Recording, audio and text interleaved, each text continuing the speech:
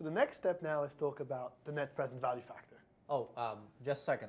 Bill, we haven't defined this for the students yet, the net present value factor. Can you please describe it? I would love to. Let me, because I don't want anybody getting confused by this.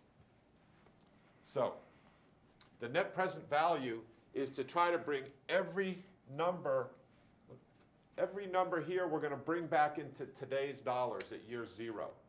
So, when we think about this is going to be right here. It's going to be 238. That will be 238. But these are going to be discounted out here by some factor. So in year 1, we have $56. That's because at 50% cost of capital, that's going to be discounted by 50%. So we're going to see this is the net present value factor. So as you go out here, this is going to be discounted even more. Yeah.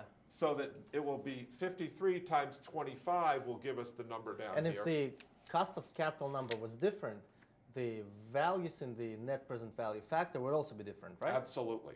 Yeah. So basically, this is saying this was, you know, $1 here is worth $1.50 there. So we have to discount it by 50%, or if the increase by 50%, so that each term, this number will get smaller and smaller, as Alessandro will show you. And this is simply a proxy to help you calculate. What you're really looking for is, I want to know what every number here is in dollars today. Yeah. So Alessandro is going to do is he's going to take the number up here in the profits, and he's going to multiply it by the net present value factor, and that will give the net present value.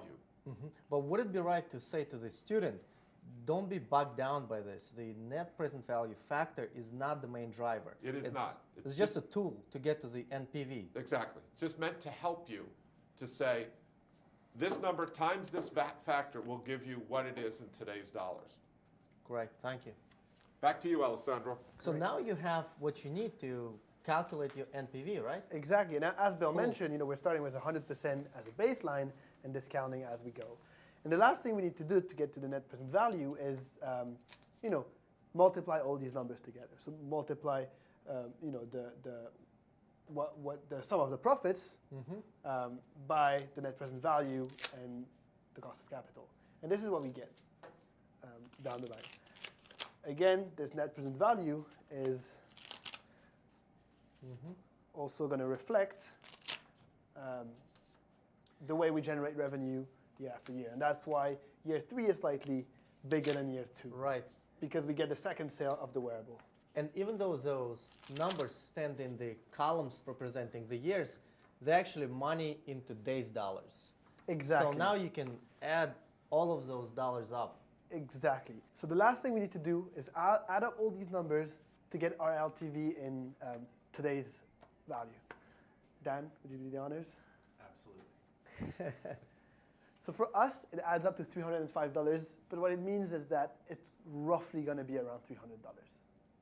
And essentially, the way you're thinking about this is the customer you acquire today, that triathlete who is a semi-professional, when that person becomes your customer, that customer is worth around $300 to you. Exactly. And Bill, this is, you know, suddenly Dan and Alessandro are getting much closer to understanding whether the business can be sustainable. Right. And not just, it's not just the $300 here. They're understanding what's driving that. They have a high cost of capital. That's hurting the outside, that's hurting the numbers in the out years. It's this repurchase rate. If we could get the subscription revenue that's high margin. So they're gaining this deep understanding of their business, which is really going to help them as they start going forward, and they have to tweak the business to make it sustainable, or they want to make it more profitable. They now have this fundamental understanding of what their business is all about, and why cost of capital is important, and why gross margin is important, and why getting that recurring revenue is so important. And you guys are still early in your venture, but it's impressive that you've been able, you know, despite the fact that you're still early, to actually get to those numbers. And our students now would wonder, how did you do it? So why don't you come on back and let's talk about it. Let's talk about the how. Let's do it, and let's take Bill back too. Yeah, bring him back. With all due respect, and I do mean it with all due respect. He needs to come home.